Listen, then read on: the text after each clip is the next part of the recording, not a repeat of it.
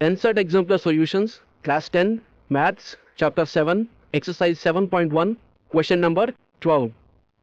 If the point P 2, 1 lies on the line segment joining the points A 4, 2, B 8, 4, then option A, AP is equal to 1/3 of AB. Option B, AP is equal to PB. Option C, PB is equal to 1/3 AB. Option D, AP is equal to half of AB. Let us find the answer. We are given 3 points A, B, P. A 4, 2, B 8, 4 and P 2, 1. These 3 points lie in a line segment and we need to find the relation between the lengths between these points. We find 3 distances AP, AB and PB because options contain only these 3 distances. Now let us find the distances separately. First, distance between A and P, AP. A 4, 2, P 2, 1. Let us consider A 4, 2 as x1, y1 and P 2, 1 as x2, y2. The formula for the distance between these 2 points is D is equal to root over x2 minus x1 whole square plus y2 minus y1 whole square. Now let us substitute the values. That is equal to root over x2 is 2 minus x1 is 4 whole square plus y2 is 1 minus y1 is 2 whole square. That is equal to root over 2 minus 4 is minus 2 whole square plus 1 minus 2 is minus 1 whole square. That is equal to root over 4 plus 1 is 5.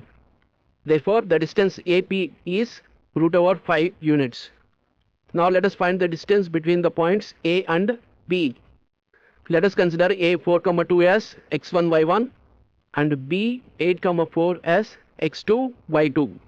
The distance between these 2 points is, the formula is D is equal to root over x2 minus x1 whole square plus y2 minus y1 whole square.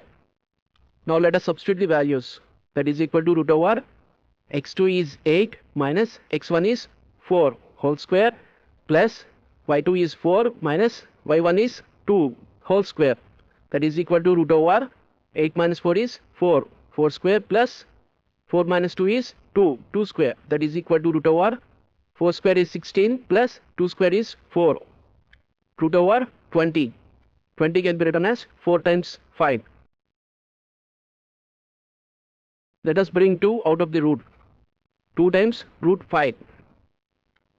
Therefore, the distance between the points A and B is 2 times root 5 units. Now let us find the distance between the points P and B. P 2, 1, B 8, 4. Let us consider P 2, 1 as x1, y1 and B as x2, y2. Now the distance between these 2 points is D is equal to root over x2 minus x1 whole square plus y2 minus y1 whole square. That is equal to root over x2 is 8 minus x1 is 2 whole square plus y2 is 4 minus y1 is 1 whole square. That is equal to root over 8 minus 2 is 6 square plus 4 minus 1 is 3 square. That is equal to root over 36 plus 9 is 45. 45 can be written as 9 times 5. 9 is 3 square and let us bring 3 out of the square root. That is equal to 3 times root 5. Now let us verify the relation given in each of the options. First, let us consider option A. In option A, we have AP and AB. AP is root 5 units and AB is 2 times root 5 units. Let us find AP by AB. That is equal to root 5 by 2 times root 5. Cancel root 5 and we get 1 by 2. Send AB to the right hand side and we get AP is equal to half of AB. In option A, we are given 1/3 of AB. But in actual relation, we got AP is equal to 1 by 2 of AB. Therefore, option A is wrong answer. Now let us consider option B. We have AP and PB. AP is root 5 units. PB is 3 times root 5 units. AP is not equal to PB. Therefore, option B is wrong option. Now let us consider option C.